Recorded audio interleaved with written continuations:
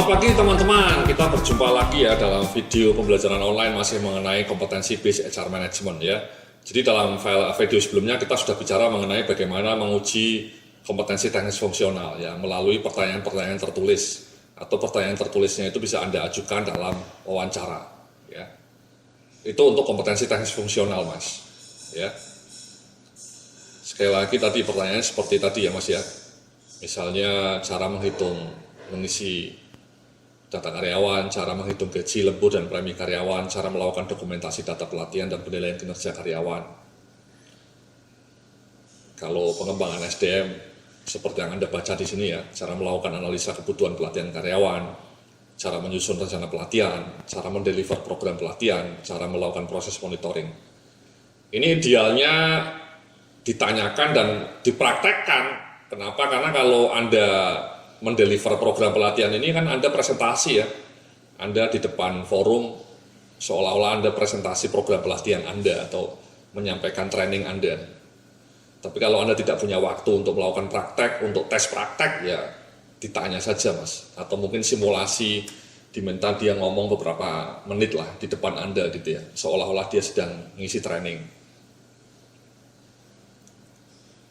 Ini powerful Mas, kalau Anda bisa melakukan tes seperti itu ya. Jadi karyawan yang Anda seleksi itu betul-betul karyawan yang andal, yang tidak abal-abal gitu Mas ya. Nah kemudian yang berikutnya setelah kompetensi teknisnya diuji dengan tes tertulis atau praktek atau wawancara, yang berikutnya kompetensi manajerial, kalau ini dengan cara wawancara. Nah di sini saya mau cerita proses wawancaranya dengan menggunakan ini Mas, namanya kompetensi based interview for recruitment ya. Ini materi ini juga sudah saya bahas di video mengenai assessment center ya. Anda nanti kalau lihat yang video assessment center, di situ saya juga bicara mengenai kompetensi based interview lebih detail. Tapi di sini saya akan berikan overview-nya saja. Kalau Anda mau lebih detail, Anda bisa buka video mengenai assessment center di modul nomor 7 mungkin ya. Ada tulisannya Mas.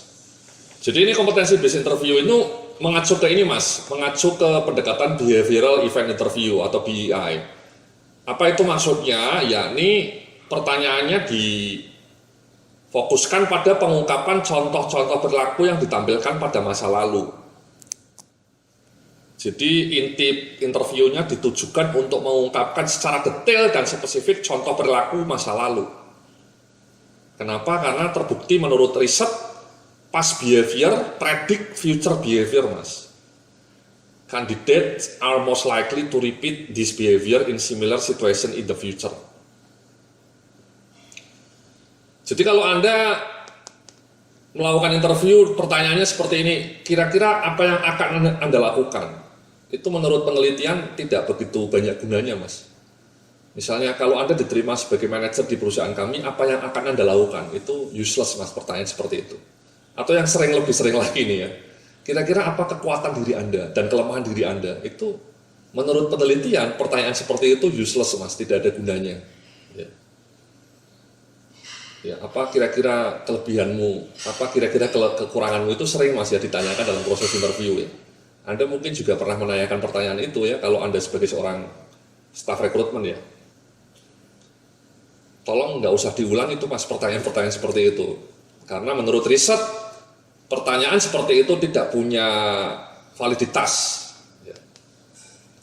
Yang punya validitas kalau pertanyaannya seperti ini Mas. Merujuk pada pengalaman-pengalaman kandidat di masa lalu. Dibongkar dengan teknik ini Mas. Namanya ya reliabilitasnya tinggi Mas ya. Ada scoringnya. Dibongkar dengan cara pendekatan STAR ini Mas. Ya, STAR. Situasinya seperti apa, tasnya apa yang kamu lakukan, tasnya, actionnya, what did you take, dan resultnya apa. Nah, ini STAR. Ini STAR ini kita lakukan untuk membongkar pengalaman-pengalaman kandidat di masa lalu, kinerja atau perilaku spesifik. Sekali lagi kita menanyakannya perilaku masa lalu Mas ya, past time. Bukan pertanyaan, kira-kira apa yang akan Anda lakukan kalau kami hire gitu.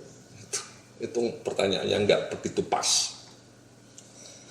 Jadi seperti ini Mas ya, apakah situasinya ya, di mana siapa saja yang terlibat di dalamnya, hal apa yang melatar belakang situasi tersebut, situasinya seperti apa.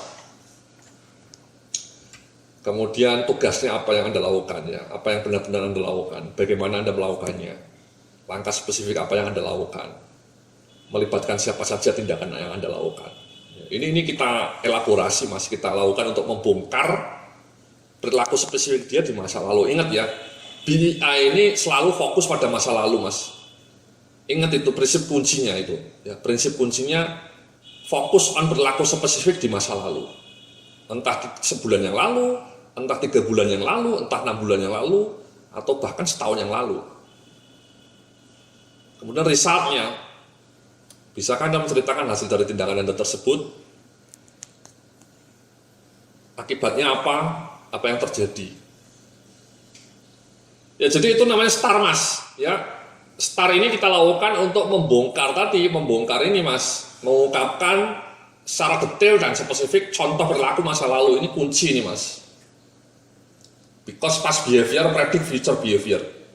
Ya.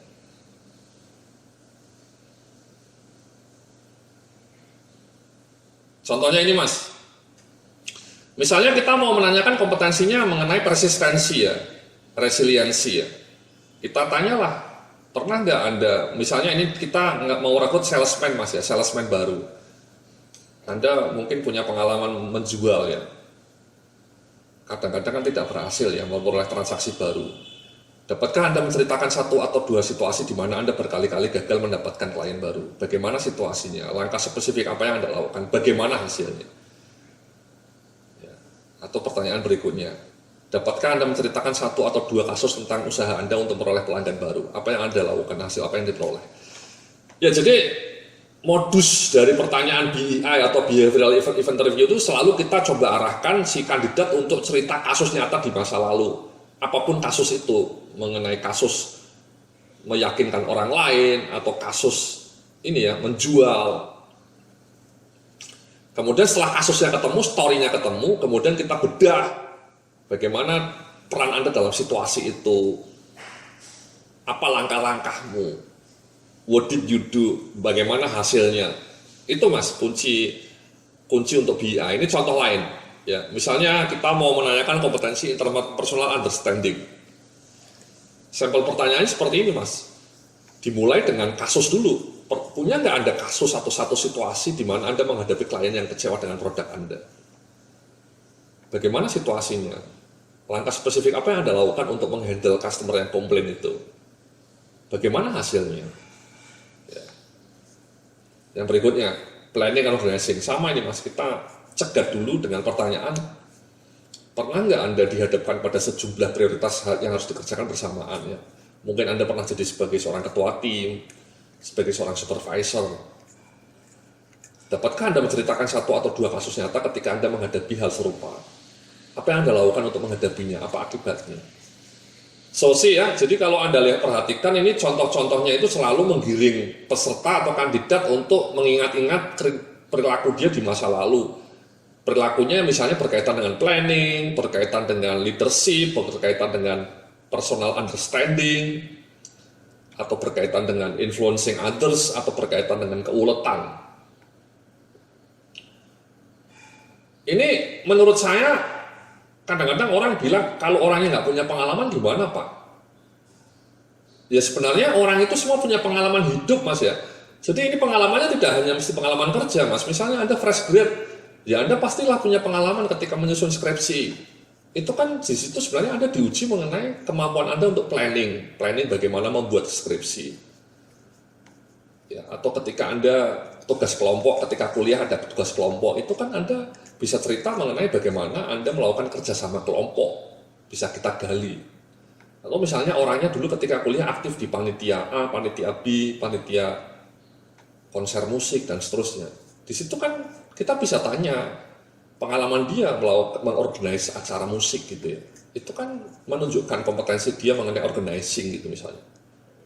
Jadi memang sekali lagi ini memang selalu pertanyaan dia ini diawali dengan pertanyaan yang mengarah pada perilaku tertentu kandidat di masa lalu, storytelling. Baru setelah story-nya ketemu, kita bedah dengan ini, STAR ini. situasinya seperti apa. Waktu itu Anda perannya apa? Jadi seorang ketua panitia atau sebagai seorang ketua tim? Tugasmu apa sebagai seorang ketua tim? Ya. Menghandle acara konser musik misalnya, atau menghandle project di perusahaan Anda misalnya. Terus apa actionnya? Ini yang penting nih Mas, actionnya. What did you do? Ya.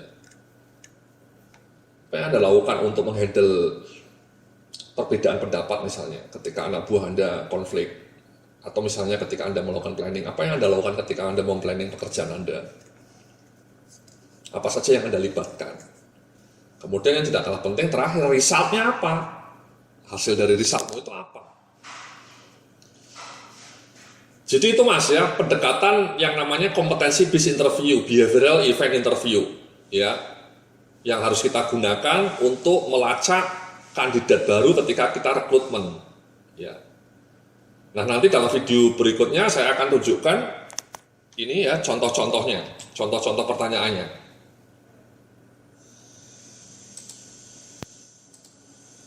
Sorry. Nah, ini Mas ya. Jadi sekali lagi tadi kan saya jelaskan ya, untuk kompetensi teknis tadi sudah saya jelaskan ya, ada pertanyaan-pertanyaannya seperti ini. Ya. Nah, yang berikutnya kompetensi manajerial dengan wawancara. Tekniknya apa? Tekniknya BEI. Ya. Contoh-contoh pertanyaan seperti apa? Ini Mas contoh-contohnya. Ya. Misalnya untuk orientasi pada kualitas kerja prima ya. Tolong uraikan 1 atau 2 kejadian di mana Anda terlibat dalam proses penyelesaian sebuah tugas.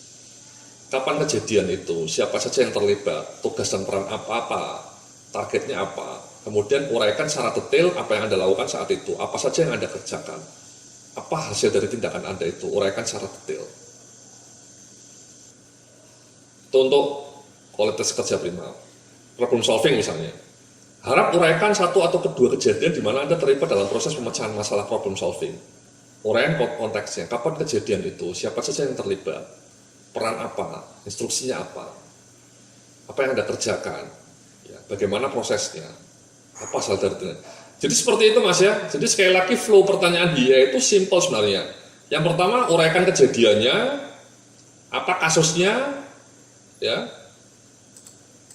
Setelah itu Anda minta dia kandidat untuk menguraikan konteksnya, ya. Kemudian setelah itu kita kejar dengan pertanyaan-pertanyaan seperti ini, ya kita kejar. Bagaimana prosesnya, apa saja yang Anda lakukan, dan kemudian hasilnya apa. So that's it, itu pertanyaan yang simple tapi powerful, yang menurut riset sangat powerful, melacak kinerja kandidat. Ini untuk planning, untuk kerjasama, ya, untuk inisiatif, ya, leadership misalnya. Ya. Harap uraikan 1 atau kejadian 2 contoh di mana Anda sebagai koordinator atau sebagai sebuah tim, sebagai supervisor, uraikan konteksnya, sebagai apa, siapa saja yang terlibat, berapa jumlah anak buah, apa tugas tim Anda. Jadi ini adalah kasusnya, ini konteksnya Mas ya, STAR, situation and action, ya, dan task. Ini actionnya di sini. Apa saja tugasmu, hasilnya apa. Jadi semua kompetensi ini pertanyaannya selalu ada 4 saja Mas, yang 4. Tapi semua kompetensi ditanyakan. Ya, ini saya berikan contoh. Ya. Jadi ini bisa Anda download juga. Jadi seperti itu Mas ya, pertanyaan-pertanyaan untuk behavioral based interview itu simple seperti itu, tidak bertanya kira-kira apa yang Anda lakukan ya Mas kalau Anda diterima di perusahaan ini ya. Itu useless Mas, ya. Jadi Anda lebih baik pertanyaannya seperti ini, itu namanya behavioral based interview. Dan nanti jawaban dia itu ya kita catat, kita analisa, kita kategorikan, kemudian kita klaster. Kira-kira dari bukti-bukti yang dia sampaikan, dari pengalaman-pengalaman dia yang dia sampaikan, ucapan-ucapan dia, kira-kira masuk level kecakapan standar atau kecakapan terbatas atau sudah ahli. Ya. Dia masuknya di level mana? Jadi gitu Mas, ya. Ini contohnya bisa Anda download juga sekali lagi, panduan wawancara untuk menguji kompetensi manajerial. Ya jadi itu Mas ya, jadi dari dua tes itu, tes tertulis untuk uji fungsional dan tes oral untuk uji kompetensi manajerial, Anda rata-rata lah ya, Anda klaster. Memang pertanyaannya bagaimana kalau di sininya lolos, di sini lolos tapi di sini tidak, di sini tidak. Ya mungkin Anda pakai judgement ya. Misalnya ini ada 5 kompetensi yang dibutuhkan untuk rekrutmen staf SDM, 5 kompetensi ini. Ternyata dia hanya lolos di 3 kompetensi, yang 2-nya mungkin tidak lolos. Nah ya kita pertimbangan kita, kalau kita misalnya mau ketat ya, sorry to say, dia tidak lolos. Dia. Atau misalnya Anda punya kebijakan, jangan 3 deh, minimal 2 misalnya, ya boleh. Atau misalnya dia kalau 3 lolos, tapi 2 tidak, asal yang 2 ini nilainya tidak 1, misalnya 2, 2, 3, 3, 3, tetap bisa lolos. Itu sudah kebijakan Mas, kebijakan kantor Anda ya. Kalau Anda mau strict ya, kalau dari 5 kompetensi ini ada 1 yang tidak sesuai standar, tidak sesuai dengan standar 3 ini, ya dia tidak bisa diterima sebagai karyawan di perusahaan Anda. Sama untuk kompetensi manajerialnya ada 10 ini bahkan ya. Misalnya dari 10 ini, misalnya staf SDM-nya